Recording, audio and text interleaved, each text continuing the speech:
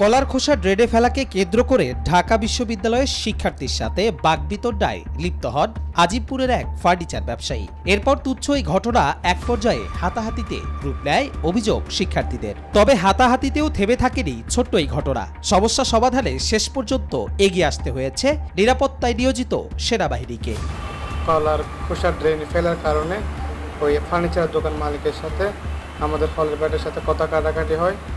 আর হলের ব্যাটে যেটা একটু সরল প্রকৃতির টাইপের, মানে উনি যে সিচুয়েশন হ্যান্ডেল করবে বা ওই লোকটাকে একটু ধমক দিয়ে বলবে, ওই সুযোগটা ওনার ছিল না। তো ওনাকে ওই লোকটার সাথে কথা কাটার এক পর্যায়ে ওই লোকটা ওনাকে ওনার কলার দর টানাটানি করে এবং এক পর্যায়ে ওনাকে স্যান্ডেল দিয়ে মারছে। প্রথম দিকে আমরা 8-9 জন মতো আসি, পলাশির মোড়ে একত্রিত হয়ে বিস্তারিত ঘটনা জানার পর আমরা বুঝতে পারলাম যে ওই লোকটা মানে আমাদের বিশ্ববিদ্যালয় স্টোনে পরিচয় দেওয়ার পরে কিন্তু কি ওই পায়টাকে মারছিল। এটা তো আমাদের ইগোতে লাগছে, মানে তার সুন্দরভাবে কথা বলতে পারতো। আর আমাদের পায়ের তো কোনো অপরাধ নেই, বলতে কলা খাওয়ার পরে কলা খোসাটা ফেলছে ট্রেনের মধ্যে, এটা তো একদম নর্মাল বিষয়। এরপর আমরা 7-8 জন মিলে গিয়ে ওই লোকটাকে ওর এলাকায় গিয়ে মারলাম বলতে অল্প 1-2টা মারার পরে লক্ষ্য করলাম ওদের যেহেতু এলাকা, উনি স্থানীয় মানুষ হতে পারে, ওনার এলাকাতে 30-35 জন এসে আমাদেরকে কলার দর টানাটানি করে। এ সময় শিক্ষার্থীরা ফার্নিচার ব্যবসায়ীকে সাথে নিয়ে এ বিষয়ে মীমাংসা করতে বিশ্ববিদ্যালয় প্রক্টর অফিসে যেতে আগ্রহ প্রকাশ করে। শিক্ষার্থীদের এ প্রস্তাবে সাড়া না দিয়ে সেনাবাহিনীর অস্থায়ী ক্যাম্পে নিয়ে যায় উপস্থিত সেনারা। তবে ঢাকা বিশ্ববিদ্যালয়ের শিক্ষার্থীদের অভিযোগ, ক্যাম্পে তাদের মারধর করেন কিছু সেনা সদস্য। আর্মি আসলো, আর্মি আসার পর আর্মিরা হলো যে আমাদের সাথে অ্যাগ্রেসিভলি আচরণ করা শুরু করলো। মানে এটা হলো সিচুয়েশনটা ওনারা বুঝতে চেষ্টা করেন যে কে দোষী বা কে দোষী না।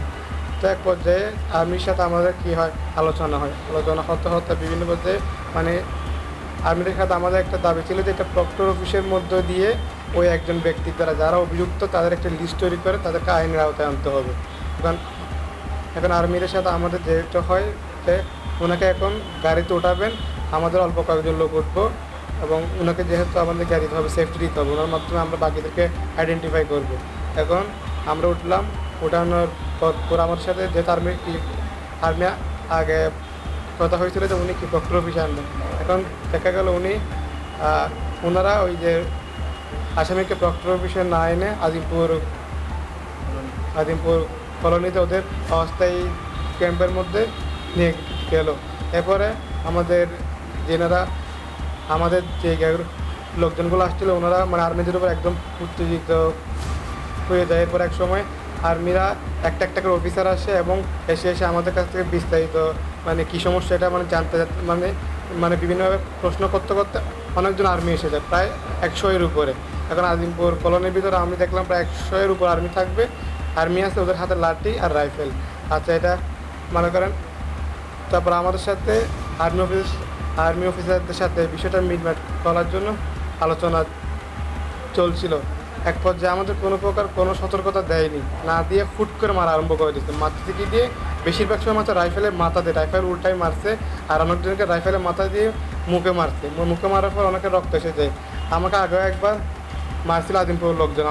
আমি ওনাদেরকে বলতেছি, ভাই আমাকে আর মারিয়েন না, আমি আগেও একবার লাগতো। ওনাকে মানে সেনাবাহিনীকে এটা বলার পরে ওনারা আমাকে রাইফেল দিয়ে এদিকে মারছে। বা তারপরে এখানে মনে করে মারার পরে আমার লগে মানে আমার পায়ের লিগামেন্টে মানে আমাকে এখন উঠা বসা করতে অসুবিধা হচ্ছে। তবে শিক্ষার্থীরা পুরো বাহিনী নয়, বরং যারা বেড়েছেন সেসব সেনাবাহিনীর বিরুদ্ধে অভিযোগ করছেন। আসলে গতকালকে সবার মধ্যে একটা ভুল ধারণা আসছে যে ঢাকা বিশ্ববিদ্যালয়ের শিক্ষার্থীদের সাথে সেনাবাহিনীর একটা ঝামেলা হয়েছে। বিষয়টা যে সেনাবাহিনীর সাথে বিষয়টা এমন না, বিষয়টা হয়েছে যে একটা তুচ্ছ ঘটনাকে কেন্দ্র করে একটা ঝামেলা হয়েছিল। তো সেটার সমাধান হিসেবে আমাদের দাবি ছিল তাদের কাছে যে আমরা প্রক্টর অফিসে যাব, প্রক্টরের মাধ্যমে ক্যাম্পাসের যে প্রশাসন আছে তাদের মাধ্যমে জিনিসটার সলভ হবে এবং এটার অ্যাকশন নেবে সেনাবাহিনী। তো তারা আমাদের কাছে একটা কমিটমেন্ট ছিল যে আমরা প্রক্টর অফিসে যাব। কয়েকজনকে আমাদেরকে গাড়িতে উঠায় বলে যে আমরা এখন প্রক্টর অফিসে যাব। আমরা প্রক্টর অফিসে যাওয়ার কথা বলে তারা গাড়ি নিয়ে হঠাৎ তাদের যে একটা অস্থায়ী ক্যাম্প আছে কলোনির মধ্যে, ওখানে গাড়ি ঢুকায়। তখন ওখানকার যে আমাদের যে বিভিন্ন হলের ছেলেপেলে, বিশেষ করে মহসিন হলের যারা ছিল, তারা উত্তেজিত হয়ে যায় যে এই কমিটমেন্ট ব্রেক করলো কেন, এখানে ক্যাম্পের মধ্যে কেন এই আনা হলো, আমাদের তো কমিটমেন্ট দেওয়া হয়েছিল একটা। তো এই একটা বিষয়কে নিয়ে কথা কাটাকাটি হয়, ওখানে যারা দায়িত্বরত ছিল তাদের সাথে আমাদের একটা কথা কাটাকাটি হয়। হতে হতে হঠাৎ একটা পর্যায়ে দেখি যে আমি গাড়ির মধ্যে বসেছিলাম, আমরা 4 জন। তো আমরা যে 4 জন বসেছিলাম তার মধ্যে আমি নিচে নামি, গাড়ির থেকে বের হয়ে আমার বন্ধুর কাছে যাই। আমার বন্ধুকে দেখি যে কয়েকজন সৈনিক মিলে কলার ধরে টানা হেঁচড়া করতেছে। হঠাৎ এক পর্যায়ে তার শার্ট 2 হাত দিয়ে ছিঁড়ে ফেলাই দেয়। ওই সময় আমি যে ওকে ধরে বলি যে আমি এমনি আমার আইডি কার্ডটা শো করে বলি যে আমরা স্টুডেন্ট, আমরা এখানে মারামারি করতে আসি না, আপনি মারতেছেন কেন? এই কথা বলার সাথে সাথে একটা সৈনিক যে যে পিছন রাইফেলের যে পিছনের মেটাল বাট ওটাতে আমার এই যে ঠোঁটের এখানে হিট করে প্রথমে, করার সাথে সাথে কয়েকজন মিলে আমাকে বুট দিয়ে লাথি মারার পরে আমি যখন বুঝতে পারছি যে সিচুয়েশন আউট অফ কন্ট্রোল, তখন আমি আমার বন্ধু সাইফুল ইসলাম ওকে নিয়ে ঘুরে পিছনের গেট দিয়ে বের হব। একদম ওই টাইমে কয়েকজন সৈনিক মিলে রাইফেলের পেছন অংশ দিয়ে আমার কাঁধের এখান থেকে এই পর্যন্ত যেমনে পারছে ওরা বেসবলের ব্যাটের মতো চালানোর পরে আমরা ওখান থেকে বের হয়ে যাই। পরে তাদের ঊর্ধ্বতন কর্মকর্তারা এসে আমাদের কাছে এই বিষয় নিয়ে অ্যাপোলজি কথা বলছে এবং তারা 72 ঘন্টা সময়ের মধ্যে এটার অ্যাকশন নেওয়ার কথা জানাইছে। এর মাঝখানে আমাদের 2টা বন্ধু, আমার একটা বন্ধু এবং একটা সিনিয়র ভাই, তারা তাদের ক্যাম্পে তুলে নিয়ে গেছে, নিয়ে চোখ বেঁধে তাদেরকে পাড়াইছে, তাদের গোপনাঙ্গে ইচ্ছা মতো মারছে। তারা এখন সিএমএইচে ভর্তি আছে, তাদের অবস্থা এখনও খারাপ, যতদূর আমরা জানছি যে তাদের অবস্থা খারাপ বলে তাদেরকে সিএমএইচে নিয়ে যাওয়া হয়েছে। দেশের সেনাবাহিনীর কিছু সংখ্যক সেনা সদস্যের এমন আচরণ মেনে নিতে পারছেন না এই শিক্ষার্থীরা, এবং এ বিষয়ে 72 ঘন্টায় বিচার না পেলে পদক্ষেপ নেবেন তারা। এটা হচ্ছে আমার মনে হচ্ছে একটা পক্ষ, যে আজিমপুর যেটা বলছে, মানে একটা পক্ষ হচ্ছে আমাদের সাধারণ শিক্ষার্থী ঢাকা বিশ্ববিদ্যালয়ের উপর খুবই ক্ষুব্ধ ছিল।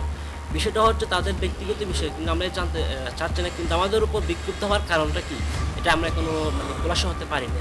আচরণটা তো এটা মেনে নিতে পারছে না, ঢাকা বিশ্ববিদ্যালয়ের শিক্ষার্থী হিসেবে এটা মেনে নিতে পারছে না। আমরা কি বনের পশু যে আমাদের উপর হচ্ছে অতর্কিত হামলা করে, হ্যাঁ যে কোনো শিক্ষার্থী হোক, বুট দিয়ে আমাকে হচ্ছে আমাদের কয়েকজনকে হচ্ছে মারিতে পেলে বুট দিয়ে মারা হয়েছে, আমাকেও বুট দিয়ে লাথি মারা হয়েছে, প্লাস হচ্ছে রড দিয়ে, এই যে এখানে মারছে রড না স্টাম্প দিয়ে মারছে, আর হচ্ছে এই যে বন্দুক রাইফেল দিয়ে মারছে। না অবশ্যই না, আমরা একটা সুন্দর সুশৃঙ্খল একটা বাংলাদেশ করতে চাই। বাংলাদেশ গড়ার জন্য প্রত্যেক আমরা সবাই সেনাবাহিনী বলেন, আমাদের প্রশাসনিক যারা সবাই মিলে কাজ করতেছি। এখন যদি তারা দেখে আমাদের প্রতি এরকম বিহেভ করে, এরকম আচরণ করে, তাহলে বিষয়টা মেনে নেওয়া যায় না। যদিও আমাদের তাদের প্রতি রেসপেক্ট করে, সেনাবাহিনীর প্রতি আমাদের সম্মান আছে, রেসপেক্ট আছে, কিন্তু তাদের একটা ক্যাপ্টেনের দল যে এভাবে বিহেভ করছে এটা তো মেনে নেওয়া যাবে না। এখন পরে হচ্ছে আমাদের হলের প্রক্টোরিয়াল বডি আসছে, ওদের সাথে সেনাবাহিনীর কর্মকর্তা যারা ছিল উদ্যোক্ত কথা বলছে, 72 ঘন্টার সময় নিচ্ছে। 72 ঘন্টার মধ্যে তারা এটা সলিউশন দিবে। যারা হামলার সাথে জড়িত, যে সেনাবাহিনী এখানে হামলার সাথে জড়িত, তাদের ব্যবস্থা নেওয়া হবে, এরকম আমাদের আশ্বস্ত করা হয়েছে। আমরা এখন 72 ঘন্টা কক্ষের উপর দেখবো কীরকম ফলাফল আসে। এ ঘটনার পর দুজনকে সিএমএইচে এবং বাকিদের ঢাকা বিশ্ববিদ্যালয়ের শহীদ বুদ্ধিজীবী ডাক্তার মোহাম্মদ মুর্তজা মেডিকেল সেন্টারে রাখা হয়েছে। কবির চৌধুরী জয়, বাই টিভি।